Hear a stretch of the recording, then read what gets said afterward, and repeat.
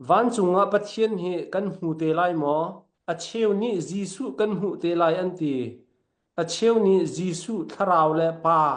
an pathum te in kan hu ko na lai an ti zeikhida adik lai na zum bible ning in kailom acha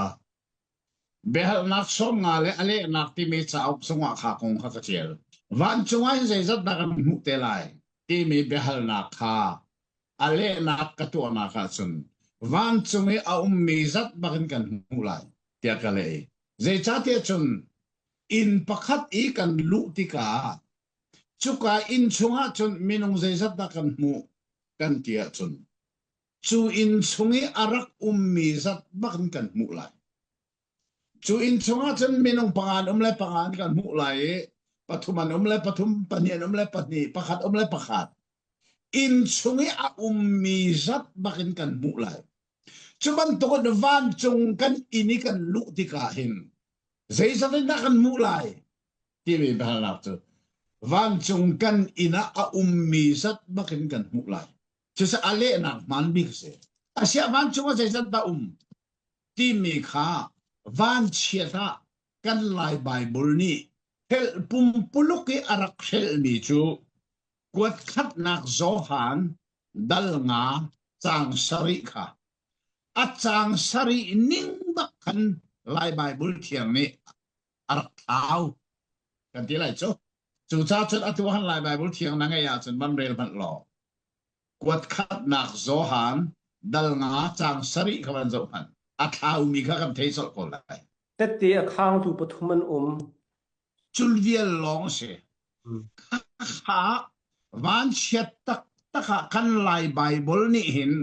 ale mi good news bible arak ti lovi zero ngal good news bible arak lo ti chun good news bible hi bekam thar bible di lak him te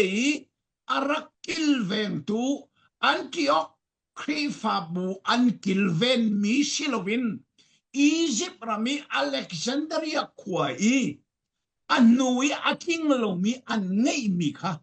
makakalai bible thiam ale mi se Antioch Krifabu kan thading mi chu Jerusalem Krifabu kha sarsat nak ro ani thakbi anum ti lo foi tu tong pa lo num chu cha chun Jerusalem Krifabu ai o tu Krifabu chu Antioch Krifabu long se ma chu Antioch Krifabu ni chun bekam thar bible kin tenan kilven ma kha an kilven mi kha hin jem an nakle enak bakhise chu spit lo din chu kha chun je da kha ka ban le rel sang lai mo atu kai ma le mi ka ban rel sang lai tha de ngai ma do lai bible thiang a bak lo mi ka ban rel mat ngai tang sarina zaitin tia vana kin ngal pi tu pathum an pa le bia le thiang kharau an si hi pathum na he pakhat an si chu vial te zalai bible thiang lo kol bible a khana di la kan lai atu garel mi kha chu se I ruanga te chon ka chim chang kha Antioch ni an kilvin mi bekam thar kha silovin Egypt ram Alexandria kwa aking lo mi an kilvin mi kha lai bible an fale mission chu chan atwa hin sa ok pakhat ka tel mi dr pc biak sia matel mi kale chu se ra sitia zoom thak lo bible hi arak hla mo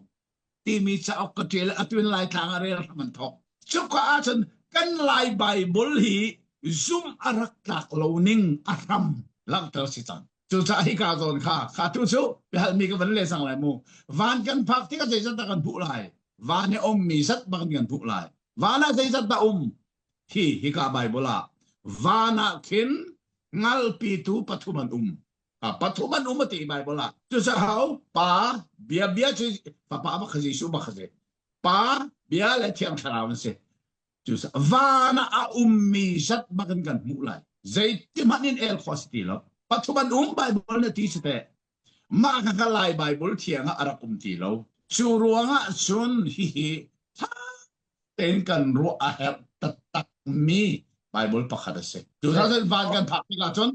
apathum te kan mu ko lai pa fa pa thiang tharaw อันปฐุมเต้นวานันติจะเอามีสักบักกันบุกเลย Marang Bible cha dang zonga na ban chim ning khan sako KJV sia chon for there are three that bear record in heaven the Father the Word and the Holy Ghost and these three are one ati e